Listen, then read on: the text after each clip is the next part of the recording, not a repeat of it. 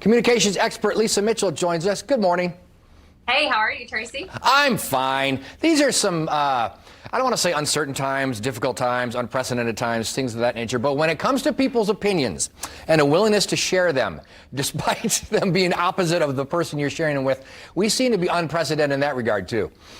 There are so many opinions right now, right? Like you just cannot, you really can't avoid them, even if you try to. And that's for public consumption, that's for family and friends, that's for inner circle situations. Like everybody is coming out very strongly with what they're thinking about everything going on right now. So how can we maintain our relationships with people, especially when some of the opinions are so polarizing? Yeah, it's really difficult, especially on the verge of another presidential debate and the ongoing COVID-19 conversations that we're having right now. It really is about setting your mindset to a place of like neutral before you engage in these conversations. So you have to go in assuming whoever's on the other side of your face has good intentions. And I know sometimes that can just be a little bit of a Jedi mind trick at this point, because we're really apt to jump on the defensive just right out of the gate. But sometimes it really is just good intentions. So you have to kind of start your mindset when you engage in a conversation, whether it's online or in person. You know what? I'm going to start neutral, and I'm going to assume that the other person is coming in with good intentions too. That's good. Well, because it can be tough to start a conversation on the defensive, out of the gate, assuming something, or that assuming someone's going to come back at you. So yeah, I like this idea, sort of like conversational Switzerland. Yeah, exactly. And you can't listen if you're angry. You can't listen if you're defensive. So the first point for yourself should be to start with the intention to get you somewhere where your ears are open and your mouth is shut. And you can just go in neutral and ready to engage from a positive intentions place, which is really difficult. It's an active discipline right now. Right, exactly. What else?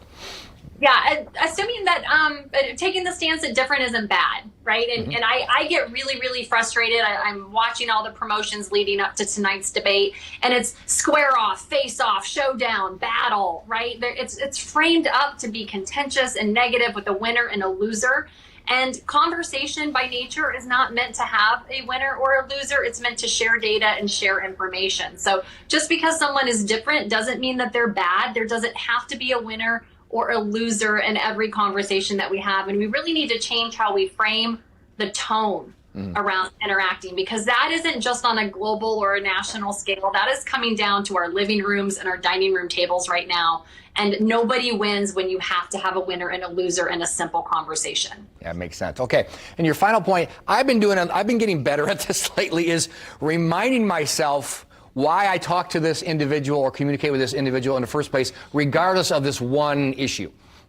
Yeah, it's one of those things where you really just have to thank someone for engaging. If you reach a stalemate and it's clear that you aren't going to find common ground, or you're not going to win somebody over to your point of view, or you're not going to concede to somebody else's point of view, it's just thank you for engaging. I appreciate you taking the time to share your point of view.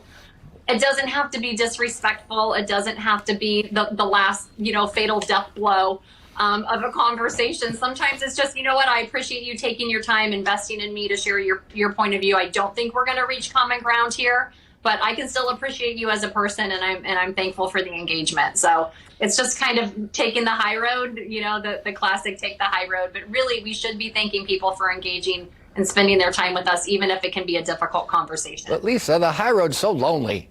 I know, there's no traffic there. How do you feel about full-on conversational deflection? Because I actually did this last week and it was effective. I was going at it with somebody on Facebook that I grew up with. Yeah, I'll stop at you. And it was going nowhere quickly, right? And it was just absolutely disintegrating in 4 hours.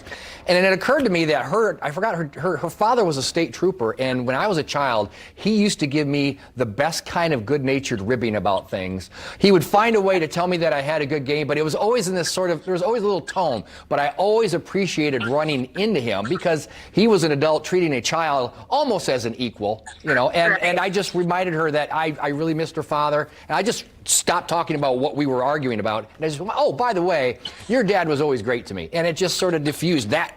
It worked with that particular person, but it may not work with others, right? I love that technique, Tracy, because honestly, what you did is you humanized it and you recognized and acknowledged the person for the value and experience that you've had with them, not their current opinion.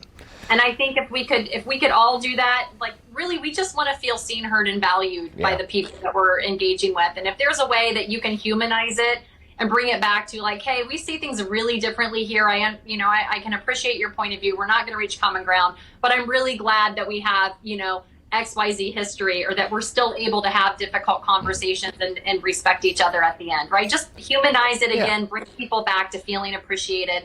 That goes a long way towards neutralizing the tone and just leaving the door open for future positive communication. We like to see you. We like to hear you. We value you. We appreciate your input as well. Powerbodylanguage.com. We'll put the link on IndieStyle.tv.